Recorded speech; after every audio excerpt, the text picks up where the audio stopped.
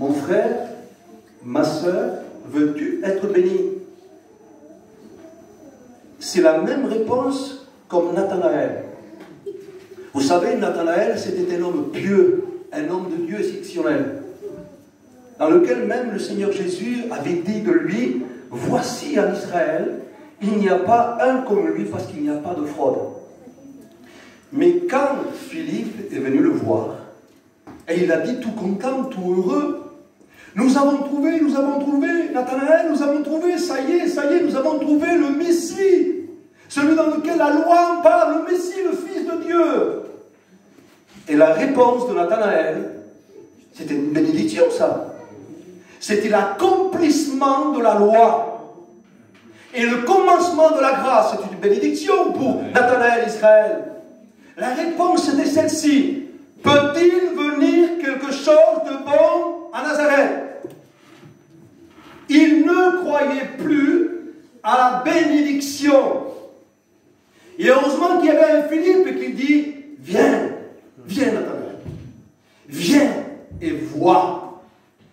Et ce matin, je bénis Dieu que le thème du message va être cet encouragement, mon frère, viens.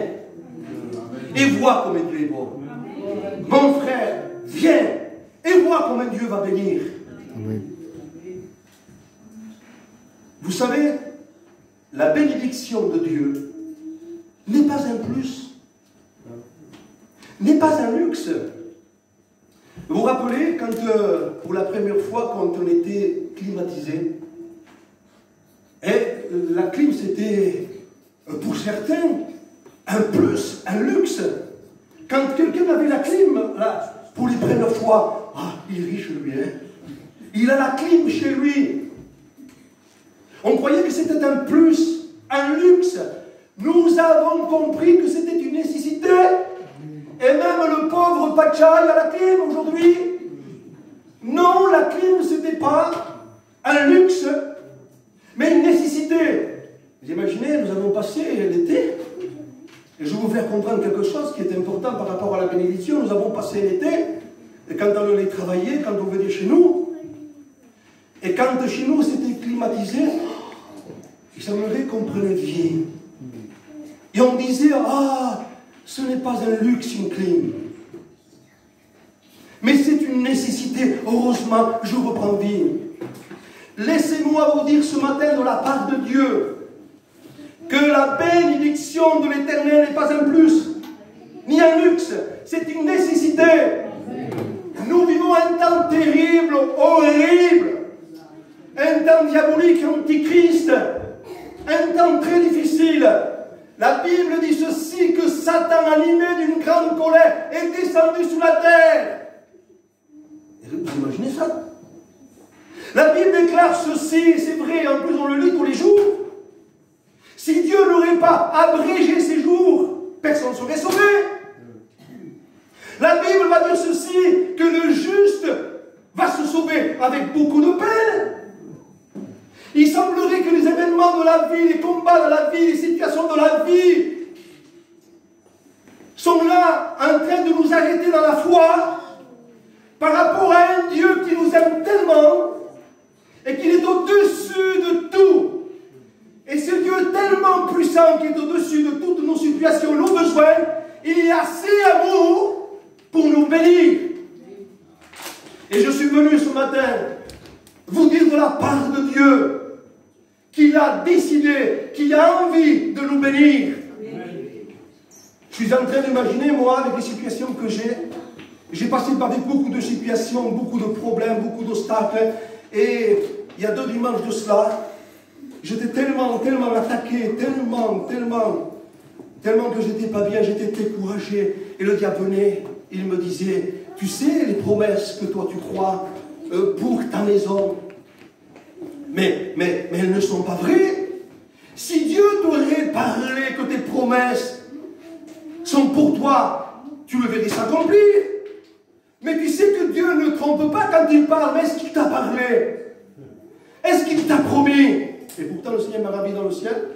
Il m'a montré le paradis. Il m'a dit, mon fils, va et reviens avec ta famille. Vous imaginez? Paralysé, j'étais comme paralysé. Et à un moment donné, le Seigneur disait aussi, mais tu sais, peut-être, toi qui crois que tu es serviteur, peut-être, tu devrais peut-être tromper, tu n'avais pas l'appel, et cependant, pourtant, avec tout le temps, comment Dieu m'a béni, comment Dieu nous a utilisés. On a vu des personnes malades guéries, nous avons vu des perdus sauvés. Et le diable est venu comme ça, m'attaquer, nous attaquer avec des situations de la vie. C'était un dimanche matin, il y a 2 dimanches. Et j'étais sur ma couche, c'était 8 heures. Et je dis, je ne peux pas rester comme ça, il faut que j'aille au culte. Il y avait comme une loi d'amour dans mon cœur. Je n'avais pas envie. Ça ne vous arrive pas d'avoir envie, de ne pas avoir envie, ni de venir au culte, ni chanter, ni prophétiser. Vous avez quelquefois envie d'une seule chose, mourir. Ça vous a pas arrivé ça? Ça m'est arrivé à moi. Je pense que je ne suis pas spécial. Je ne suis pas unique. Et c'était comme ça. J'ai fermé les yeux à 8 heures. 8 heures du matin, j'ai fermé les yeux. Et là, je vous promets, c'est une grande vérité. Je me suis endormi et Satan est venu en personne. Il m'a plaqué. Comme si vous voulez me dire, tu t'en sortiras pas. Le combat est trop grand. Tu es dans des situations, les promesses ne sont pas là. Je te tiens, je te plaque. C'est fini pour toi. Je vous le promets que c'était comme ça. Mais alors, pas avoir une fausse, ni parler, ni bouger un doigt. Mais j'avais l'autorité de lui dire non, les inventeurs. Satan, je te chasse. Au nom de Jésus, je te chasse. Je vous promets que je veux de la peine à le chasser. Il ne voulait pas partir. Mais je lui ai dit, écoute, tu vois tout ce que tu fais là, tu vas payer. Tu vas payer ce que tu fais. Je te l'ordonne au nom de Jésus. Sors et pars. Puis il a parti. Je me suis réveillé le matin et le Seigneur m'a dit, il m'a fait comprendre quelque chose. Il m'a dit, tu sais, Pachaï, je ne suis pas venu t'aider. Non. Tu sais, Pachaï, je n'étais pas envoyé l'ange. Tu sais pourquoi, Pachaï? Parce que tu es mon serviteur et tu as de l'autorité sur le diable. C'est toi qui as l'autorité de le chasser. Et c'est pareil pour les situations. Et c'est pareil pour les problèmes de la vie. C'est pareil pour tout. Parce que moi, je t'ai donné l'autorité et je te bénis. L'église du Seigneur, elle existe, la bénédiction. Et nous avons besoin d'être bénis. Vous ne réalisez pas quelquefois. Et quelquefois, vous êtes là. Et malgré vous, vous êtes un peu comme Nathanaël, je viens au culte et je vais me prier. Seigneur, je t'aime. Marchez avec toi, Seigneur. Ne vous sentez pas quelquefois le besoin d'être ressourcé? Le besoin d'être béni? Il ne semblerait pas que dans votre vie, quelquefois, il y a des choses qui vous arrêtent. Il y a des choses qui vous attristent. Il y a des choses qui vous font mal. Qui vous enlèvent l'espérance. Qui vous enlèvent la bénédiction. Je suis venu vous dire ce matin de la part de Dieu, vous êtes privilégiés. Dieu veut vous bénir. Vous savez pourquoi Dieu veut vous bénir? Parce que c'est sa nature. C'est un père avec le cœur d'une mère. Il est le lion de la tribu du Juda avec le cœur de l'agneau. Il a décidé de nous bénir. Sa nature, c'est de nous bénir.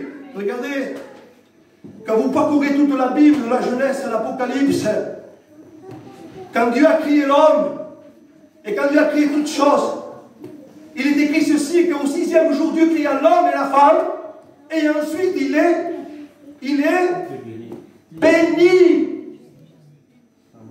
C'est la marque, c'est le sceau de son amour. Nous avons un Dieu abondant, nous avons un Dieu qui bénit, nous avons un Dieu qui nous aime. Et je me relis quelques textes de la parole de Dieu avec vous, parce que c'est ce que je suis en train de vous prêcher ce matin, c'est prouvé. Et le roi Salomon, qui était un homme de Dieu, un homme sage, aspiré par Dieu, le Saint-Esprit, va écrire dans les livres des Proverbes. Et nous allons lire quelques textes. Il est écrit dans le livre de Proverbes, chapitre 10, et verset 22. Écoutez si c'est magnifique ça. Regardez si c'est bon ça. Et ça, c'est pour vous et pour moi. C'est La bénédiction de l'Éternel qui enrichit. Et n'est suivi d'aucun chagrin. J'aimerais que vous rentriez avec moi, j'attire votre attention sur ce verset qui est simple et on n'a pas besoin de le commenter. On n'a pas besoin de défendre ce verset. Il est naturel, il vient de Dieu, il vient pour nous ce matin. La bénédiction de l'Éternel, c'est celle qui enrichit. Et elle n'est suivie d'aucun chagrin. Vous imaginez pour nous, nous vivons sur la terre. Et comme ils disent les sédentaires, il y a des choses qui nous laissent des séquelles. Et quelquefois, vous savez, c'est vrai, dans la vie, on est avec des soucis, avec les problèmes, avec les difficultés, avec les situations, avec les tempêtes, avec les maladies. Et avec ça, il semblerait que nous survivons. Il semblerait que nous combattons. Mais nous n'avons pas la paix, nous n'avons pas la joie. Et Dieu est en train de nous dire ici que c'est la bénédiction de l'Éternel qui enrichit. La richesse de notre ministère. La richesse d'une église. La richesse d'un frère, d'une sœur. C'est quand Dieu le bénit. Nous avons besoin d'être bénis. Nous voulons être bénis. Je suis surpris quelquefois quand on parle d'un tel message où Dieu veut bénir. Je prends la température ce matin. Et des fois je suis surpris. Savoir si nous croyons à la bénédiction. Nous croyons que Dieu est assez capable et assez amour pour nous bénir. Il semblerait qu'on fait comme Pierre quelquefois. Si c'est toi, Seigneur, ordonne que je marche sur les eaux. Mais bien sûr, viens Pierre. Et il marche sur les eaux. Et à un moment donné, il se retourne, il voit la tempête, il voit la difficulté, la situation. Hop, il est en train de couler. Voilà comment on fait quelquefois. Il ne vous a pas parlé un jour. Il ne vous a pas dit un jour, mon fils, ma fille, je te bénis. Il ne vous a pas dit, vous n'avez pas trouvé ce verset, un jour, il y a de l'espérance pour tout l'avenir. Vous n'avez pas trouvé ce verset? Et comment est-ce possible qu'on ne se rappelle plus de ce verset? Et quand est-ce qu'on ne se rappelle plus de ces versets?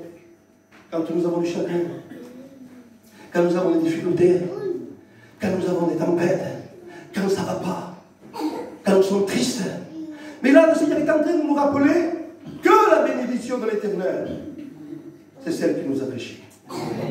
Oh Seigneur, je voudrais être avec vous en bas. Je suis en haut pour vous prêcher, mais je suis en bas avec vous. Je voudrais lui dire, Seigneur, le pauvre Pachai.